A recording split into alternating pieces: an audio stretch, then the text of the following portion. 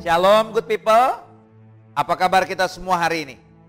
Ada kabar gembira saudara. Di mana ibadah di Hotel Ciputra lantai dasar, ruang Puri 5 dan 6, kita akan mulai kembali pada tanggal 2 Agustus. Pada tanggal 2 Agustus ibadah kembali kita mulai di Hotel Ciputra, lantai dasar, ruang Puri 5 dan 6. Karena itu kiranya kita semua boleh tetap terhubung dan jangan lupa untuk hadir tanggal 2 Agustus di Hotel Ciputra, lantai dasar, ruang Puri 56 untuk kita kembali melakukan ibadah tatap muka. Kita kembali boleh berjumpa bersama-sama. Kita datang dengan keluarga kita, tetapi pastinya ada protokol yang harus kita patuhi. Saudara harus memakai masker. Nanti di sana kami juga pasti siapkan sanitizer. Dan juga ruangan selalu setiap ibadah kita selesai, kita semprot dengan disinfektan. Dan saudara, kursinya kita sudah buat jarak sekitar kurang lebih 1,5 meter. Jadi saudara tidak perlu takut, aman. Kita akan cek suhu. Bila mana ada yang 37,3, di atas 37,3, maaf, kami tidak izinkan saudara untuk masuk ke dalam ruangan. Tapi kami pastikan ruangan akan selalu disemprot dengan disinfektan. Dan jemaat tidak perlu khawatir. Mari tetap terhubung dengan GBI Rem di Hotel Ciputra, lantai dasar, ruang Puri 56. Kita akan mulai kembali ibadah di Hotel Ciputra itu tanggal 2 Agustus. Jangan lewatkan. Tuhan Yesus memberkati kita semua. God bless you.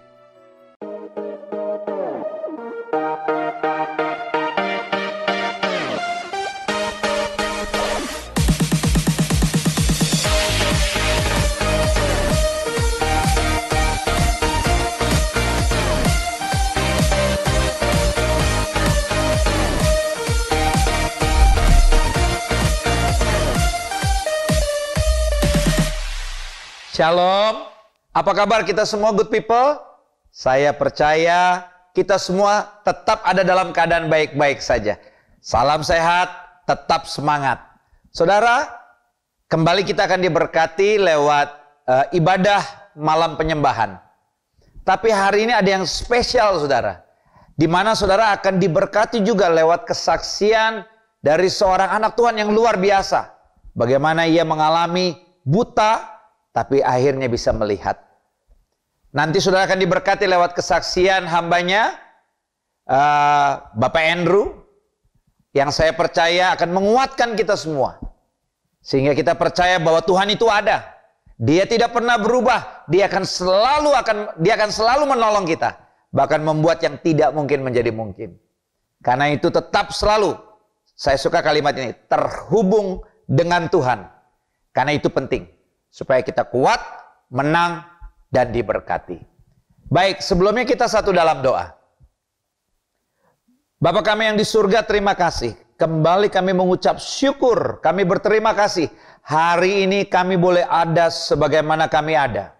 Semua karena Tuhan Yesus yang teramat baik dalam hidup kami. Terima kasih Tuhan. Di malam penyembahan ini, kami juga akan diberkati lewat kesaksian dari Bapak Andrew. Tuhan berkati hambanya yang akan memberikan kesaksian yang luar biasa. Urapi hambanya dan berkati kami semua. Kami percaya lewat kesaksian kami boleh dikuatkan. Tuhan kami baik, Tuhan Yesus kami baik, selama-lamanya Engkau baik Tuhan. Terima kasih. Dan semua kami yang melayani, Tuhan juga urapi dan berkati. Dan biarlah lewat malam penyembahan hari ini, kami semua boleh mengalami mujizat lepas mujizat yang tidak mungkin menjadi mungkin. Di dalam nama Tuhan Yesus Kristus. Kami siap diberkati. Haleluya. Amin. Selamat menyaksikan. Tuhan Yesus memberkati. Oke, shalom semuanya. Perkenalkan, nama saya Andrew dan hari ini saya mendapat satu kesempatan yang luar biasa dari Pastor Paulus untuk boleh bersaksi dan menjadi berkat bagi keluarga besar, utamanya GBRM dan umumnya bagi jemaat Tuhan di seluruh dunia, terutama di Indonesia tentunya. Dan kesaksian yang saya sampaikan adalah kesaksian saya alami sendiri dan bukan merupakan hal yang mudah, tapi mungkin pada hari ini bisa menjadi satu berkat yang luar biasa dan mengingatkan kita semua. Oke, kesaksian ini terkait dengan kesaksian kesembuhan yang Tuhan boleh perkenankan dalam kehidupan saya. Jadi, saya ceritakan latar belakang saya. Mungkin beberapa teman tahu kalau saya adalah seorang pelayan Tuhan yang cukup aktif di gereja, terutama di gerejanya Pastor Paulus Supit, yaitu di GBRM. Dan saya aktif sebagai Ketua Komisi Pemuda dan Anak Harvest Generation. Dan ya, saudara bisa lihat postur tubuh saya nggak kurus banget, nggak gemuk banget, dan pada saat sebelum saya sakit lalu juga tinggi badan saya 172 cm, berat badan saya kurang lebih 66 sampai 67 kg. Dan ya, bisa dikatakan sangat ideal.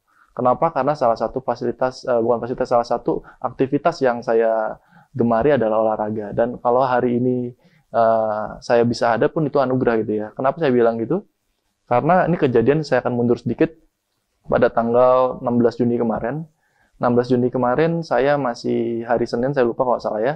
Saya masih makan bersama keluarga, makan dengan mertua, masih beraktivitas kantor seperti biasa pada hari Senin kemarin.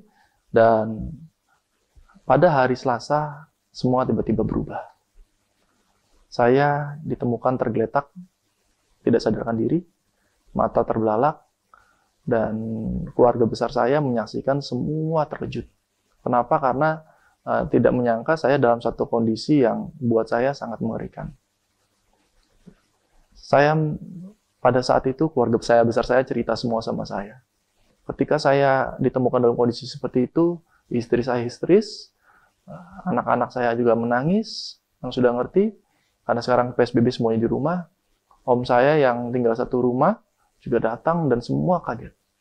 Saya ditemukan dalam satu kondisi yang tidak cukup menyenangkan. Padahal kalau dilihat dari tubuh saya nggak ada sejarah sakit penyakit atau apapun yang mengarah ke arah sana. Saya nggak pernah pingsan dan saya juga nggak pernah mengalami pening-pening atau gejala, dan hari sebelumnya saya sangat sehat sekali. Dan saudara tahu, ketika saya dibawa ke rumah sakit, salah satu rumah sakit besar di Jakarta, satu hal yang terjadi sama saya adalah dokter mendiagnosa saya sangat menakutkan untuk saya sebagai manusia. Saya dikatakan pecah pembuluh darah, saya dikatakan kanker otak, saya dikatakan juga paling ringan stroke ringan, gitu. Dan yang lebih tragis pada saat itu adalah saya didiamkan di dalam ruang UGD cukup lama. Itu hampir 8 jam. Which is kalau kita mengarah kepada stroke, kalau itu golden hour saya lewat. Sebagai manusia ketika mendengar itu sekarang gitu ya, saya pasti kaget juga dan sedikit marah. Tapi saya tahu bahwa rancangan Tuhan itu melebihi segala akal. Dan kalau Tuhan perkenankan terjadi, itu ada satu hal, rencana Tuhan yang boleh terjadi dalam kehidupan saya. Karena saya ngebayangin sekarang kalau itu berupa stroke ringan, pasti pada saat itu juga kepala saya sudah dibedah. Itu untuk apa? Untuk melancarkan darah dan sebagainya, saya nggak tahu itu ya. Dan ya dalam satu rancangan Tuhan, saya dipindahkan ke rumah sakit lain lagi yang cukup besar terkait dengan saraf. Dan satu hal yang terjadi adalah ketika saya masuk ke dalam rumah sakit itu, saya pikir saya sudah disiapkan satu ruangan khusus dan sebagainya. Enggak. Ternyata yang katanya sudah berkoordinasi, rumah sakit yang menerima saya tersebut belum tahu apa-apa, belum dapat info apa-apa. Dan akhirnya adalah ketika saya mau di MRI, sampai ada salah satu perawat berkata, udah Pak, MRI-nya besok aja nggak ada bedanya, atau golden hour-nya juga lewat. Istri saya sampai marah, bapak saya marah, mertua saya marah, keluarga besar saya marah. Tapi ya, kita terus belajar tenang pada saat itu, dan saya secara pribadi ketika itu terjadi, ya saya dengarnya kaget sekali gitu ya, dan itu merubah mindset saya banyak hal terkait dengan apa yang harus diperjuangkan di bangsa ini. Dan sampailah di titik, ya akhirnya keluarga saya mengotot untuk boleh di MRI pada saat itu juga. Akhirnya hasil MRI saya dilakukan pada saat itu juga, MRA pada saat itu juga, mungkin kalau nggak salah ingat namanya itu DDE terkait dengan pemeriksaan otak dan sebagainya. Dan pada hari itu juga Itu secara berturut-turut tentunya ya. Tapi satu hal yang saya alami, saya katakan kepada saudara tadi, ketika hari Selasa pagi saya ditemukan, saya sudah kehilangan kesadaran, dan yang bikin berat buat saya pribadi adalah pada saat saya mulai kembali kesadaran saya, mata saya terbuka, tapi saya tidak bisa melihat apapun. Saya melihat hanya pandangan gelap. Dan sebagai manusia tentu saya sangat takut. Kenapa? Karena kalau saudara tahu usia saya saat ini 33,3 tahun, jadi 33 tahun 3 bulan, dan sebagai profesi saya hari ini adalah lawyer. Ketika saya buta, saya udah langsung berpikir udah kemana-mana. Kenapa? Artinya saya selama 30 tahun ke depan, kalau Tuhan kasih saya umur sampai dengan 60 tahun, saya akan menjadi orang paling useless di rumah. Kenapa? Karena pada saat saya buta, saya nggak bisa melakukan banyak hal. Dan itu pasti berat. Untuk keluarga besar saya juga berat, untuk istri saya berat, bahkan untuk mertua pun bukan hal yang mudah. Secara batin ya saya nangis sama Tuhan. Tuhan, kenapa Engkau perkenankan ini boleh terjadi? Dan satu hal yang saya pikirkan pada saat itu, saya bingung gitu ya. Kenapa? Karena di titik pada saat setelah saya mulai kembali kesadaran, saya ingat sekali satu hal yang terjadi dalam hidup saya adalah ada rasa mual yang begitu luar biasa, rasa sakit kepala yang begitu luar biasa, ada muntah yang begitu banyak yang saya buat. Saya muntah. Istri saya nggak bilang apa-apa pada saat itu. Tapi ketika saya sudah mulai normal sekarang, dia cerita, "Mas, kamu muntah sampai muntahmu warnanya hitam." Wah, artinya itu darah. Saya bisa kebayang, dan dari situasi itu bukan hal yang mudah untuk dihadapi oleh istri saya maupun keluarga besar saya. Dan pada saat itu terjadi, saya merasa seperti itu. Semua berubah. Saya bukan ditegur, saya diajar Tuhan banyak hal. Saya diajar Tuhan tentang pentingnya mengandalkan Tuhan, karena pada saat itu saya nggak bisa mengandalkan siapa-siapa. Saya nggak bisa mengandalkan orang tua saya, bahkan saya pun nggak bisa mengandalkan diri saya. Saya hanya tergeletak, nggak berdaya, saya hanya terbengong, dan pada saat itu saya cuma menangis. Dan saya berusaha untuk menerima keadaan saya pada saat itu. Kenapa? Karena di dalam situasi yang terburuk adalah saya akan buta seumur hidup. Buat saya, itu bukan hal yang mudah. Tapi saya ingat satu hal. Ketika semuanya itu terjadi, satu hal yang saya pegang, saya cuma pegang sama Tuhan.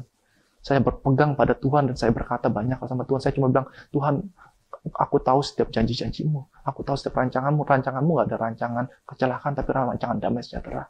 Saya berdoa sama Tuhan. Dan ketika hal itu terjadi, satu hal yang terjadi adalah, saya ingat janji Tuhan, salah satunya adalah doa orang benar bila dengan yakin didoakan besar kuasanya. Akhirnya saya minta semua yang datang pada saat itu, tolong doain saya. Tolong doain saya. Saya cuma berpegang sama Tuhan karena saya percaya doa orang benar besar kuasanya. Dan pada saat didoain, tiba-tiba saya melihat, enggak. Satu hari pertama, hari kedua, hari ketiga, saya ingat, pemulihan itu terjadi ketika kita menangis di hadapan Tuhan, meminta pengampunan, dan pada saat itu, Papa saya datang kepada saya dan dia berdoa untuk saya. Satu hal yang saya alami luar biasa adalah ketika Papa saya berdoa sama saya merasa tenang dan nyaman. Ada rasa yang luar biasa yang saya alami ya. Dan ketika beliau bilang amin, satu hal yang saya percaya dan saya lihat adalah saya mulai bisa melihat, tapi saya nggak bisa melihat nyata. Perasaan saya pada saat itu, saya cuma bisa melihat seperti mata ditutup dan mata kita disenterin. Kita nggak cuma bisa lihat putih-putih sedikit sekali. Tapi saya percaya itu pun bagian dari mujizat Tuhan. Kenapa? Karena saya ingat hari sebelumnya saya tidak bisa melihat sama sekali. Dokter menyenter mata saya, dokter kasih tetes, saya nggak kedip sama sekali. Kenapa? Karena saya tidak bisa melihat. Dan om-om saya mengingatkan saya, "Bro, ingat Rasul Paulus."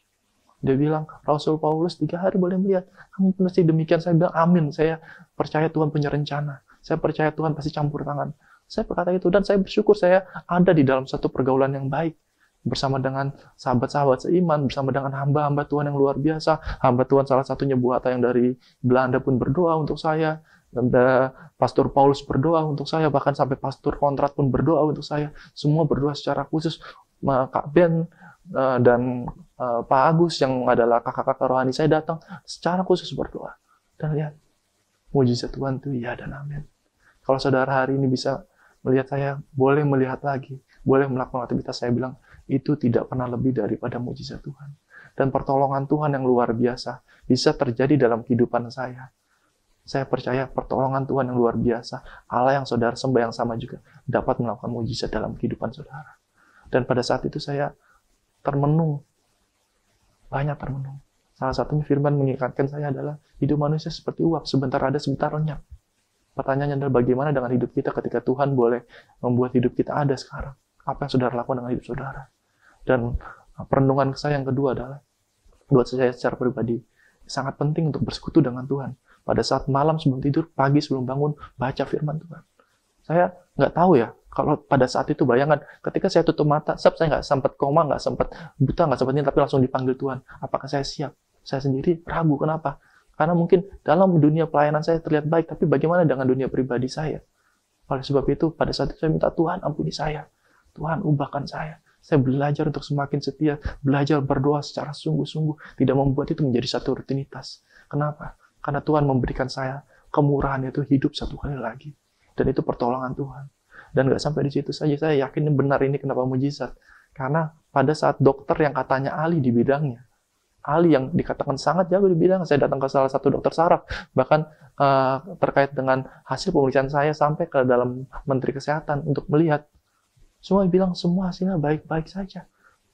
Dia bingung kenapa saya bisa buta dan kenapa saya bisa melihat lagi. Dia nggak ada yang bisa menjelaskan.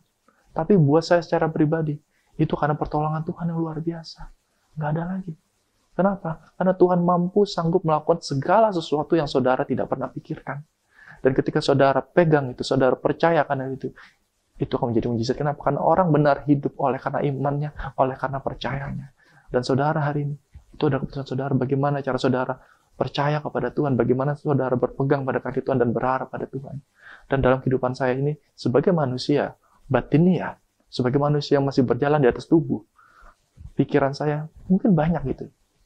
Tuhan, saya mau menyerah dalam pelayanan. Kenapa orang yang hidup nggak ada pelayanan, hidupnya oke-oke aja, semua seakan fine aja. Tapi ketika saya mengalami dan saya melihat, nggak sampai di situ aja, sampai banyak hal saya lihat pada saat saya sakit. Satu hal yang saya berpegang, saya yakin dan percaya benar bahwa hari ini, ketika saya beroleh untuk melayani Tuhan, itu bukan hebat kuat gagah saya, tapi karena kemurahan Tuhan, dan Tuhan mengizinkan saya untuk melayani Dia, Bapa dan Raja dan segala Raja. Dan kembali kepada saudara, ketika saudara beroleh kesempatan untuk hidup, saudara beroleh kesempatan untuk menyembah Dia, untuk setia sama Dia, untuk mengikuti Dia. Jangan pernah tinggalkan Tuhan. Jangan. Karena ketika saudara tahu bahwa ternyata hidup saudara lebih berharga daripada emas dan perak, saudara akan mengalami anugerah yang luar biasa dan pengertian yang baru. Dan saya sudah masuk ke dalam tahap itu, dan saya berharap saudara juga masuk ke dalam hal yang sama. Dan kalau hari ini saya boleh semakin cinta Tuhan, saya cukupkan, saya katakan sama teman-teman pelayanan saya, cukuplah saya mengalami hal ini. Supaya apa? Saya percaya supaya kehendak dan kuasa Tuhan dinyatakan dalam kehidupan saya dan menjadi kesaksian hidup bagi saudara pada hari ini. Dan itu adalah kesaksian saya yang bisa saya bagikan pada hari ini. Kiranya damai, sejahtera, dan berkat dari Tuhan Yesus boleh menyertai saudara. Di hari-hari saudara boleh hidup, boleh bernafas dengan baik. Itu adalah berkat yang jauh melebihi apapun, bahkan dari akal dan pikiran kita. Dan terima kasih. Tuhan Yesus memberkati.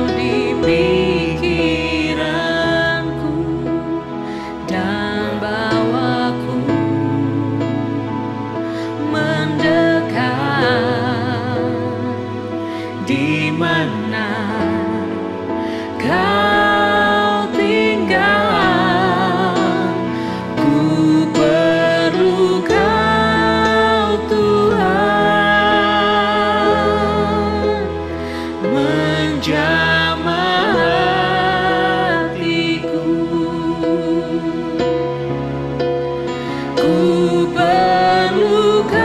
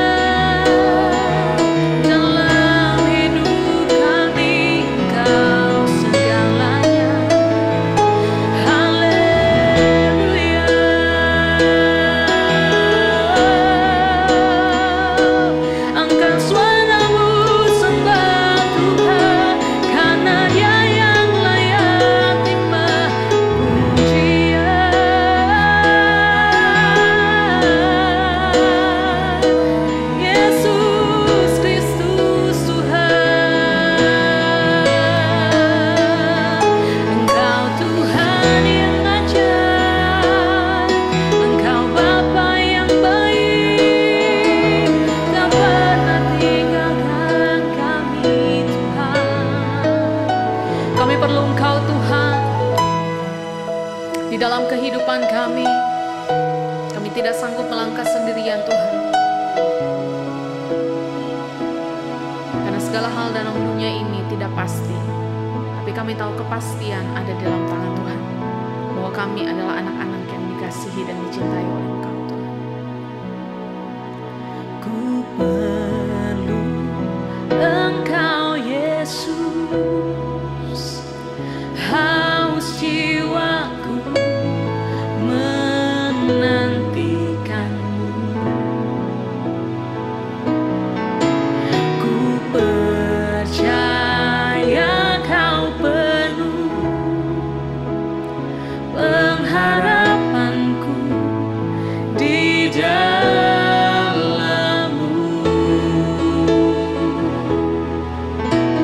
Yesus, hanya Kau yang ku andalkan, melebihi siapapun juga.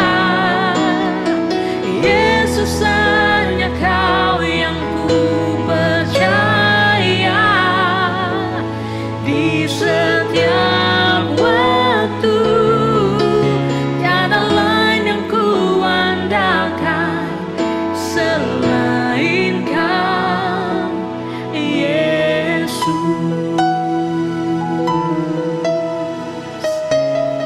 Mari lebih lagi angkat suaramu, katakan, ku perlu Engkau Yesus, haus jiwaku menantikanmu. Ku percaya Kau penuh pengharapanku di dalam-Mu.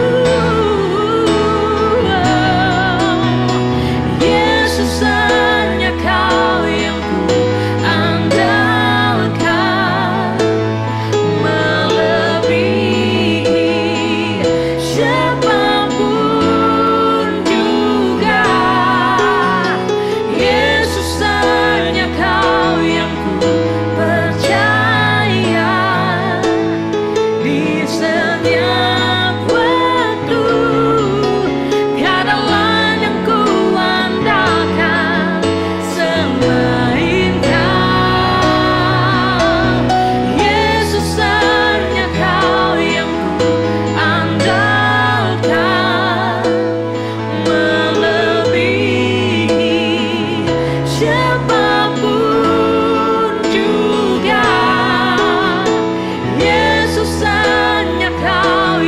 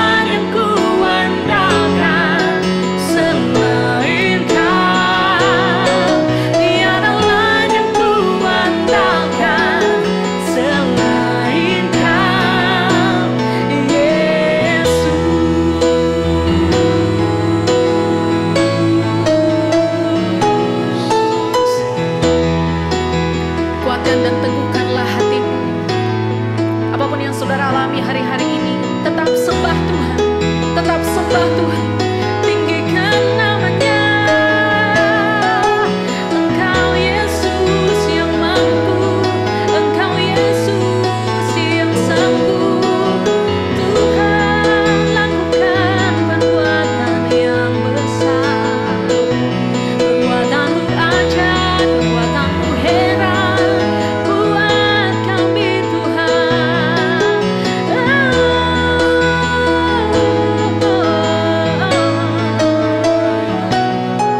Yesus, selama-lamanya Kau buat kami Tuhan.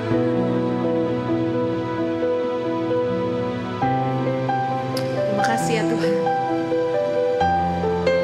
Kami tahu Tuhan yang sanggup, dan biarlah setiap kami yang menyaksikan acara ini ya Tuhan, kami percaya bersama dengan Yesus kami cakap menanggung segala sesuatu.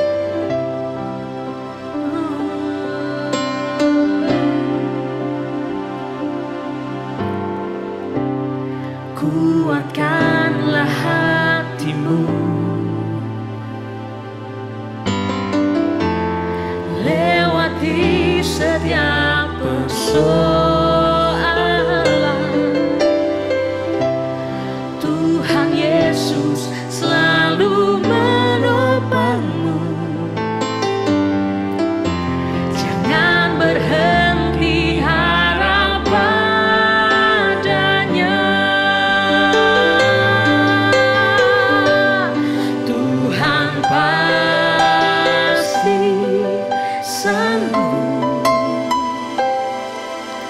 Tangannya takkan terlambat untuk mengangkatmu. Tuhan pasti sanggup. Percayalah, Dia tak tinggalkanmu. Kali lagi katakan, Tuhan pasti sanggup. Tuhan pasti sanggup. Tangannya takkan terlambat untuk mengangkatmu. Tuhan masih sanggup. Percayalah, Dia tak tinggalkan. Percayalah, Dia tak tinggalkan. Percayalah, Dia tak tinggalkanmu.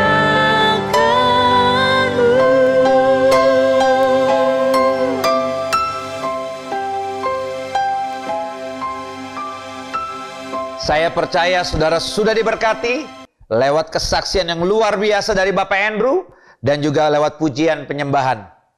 Dan tiba saatnya untuk kita akhiri acara malam hari ini. Mari kita sama-sama satu dalam doa.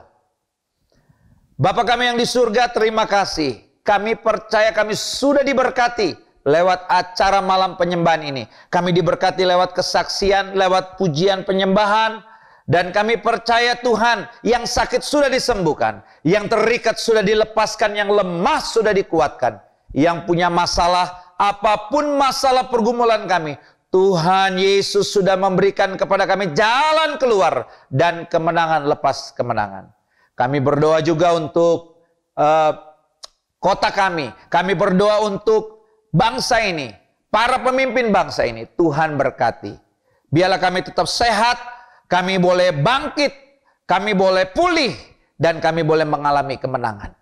Terima kasih Tuhan. Kami semua sudah diberkati dengan luar biasa. Tuhan sudah jamah, Tuhan sudah sentuh kami, lawat kami dengan luar biasa. Terima kasih. Terpujilah namamu Tuhan Yesus Kristus. Dari dulu, sekarang, sampai selama-lamanya. Haleluya. Amin. Saudara, ada pengumuman di mana ibadah kita di Hotel Ciputra akan kembali dimulai. Kita akan mulai kembali ibadah kita di Hotel Ciputra, lantai dasar, ruang Puri 5 dan 6. Kita akan mulai pada tanggal 2 Agustus.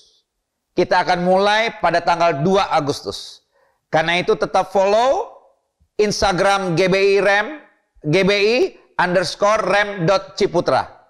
Ya, sekali lagi follow Instagram kami di GBI_rem.ciputra. Supaya saudara bisa terus mengikuti informasi tentang Gereja Rem. Tuhan Yesus memberkati. Tetap sehat. Shalom jemaat Tuhan. Mari sama-sama menyembah Tuhan di ibadah online worship night. Ibadah ini diadakan setiap hari Rabu pukul 20 atau jam 8 malam. Pada hari Minggu seperti biasa ada di ibadah online pukul 7 pagi. Bagi jemaat Tuhan yang rindu memberikan persembahan dan perpuluhan, bisa melalui bank transfer ke rekening BCA dengan nomor 466-700-0008 atas nama Paulus T. Supit. Dan jangan lupa untuk like, subscribe, dan share channel YouTube ini ya. Tuhan Yesus memberkati.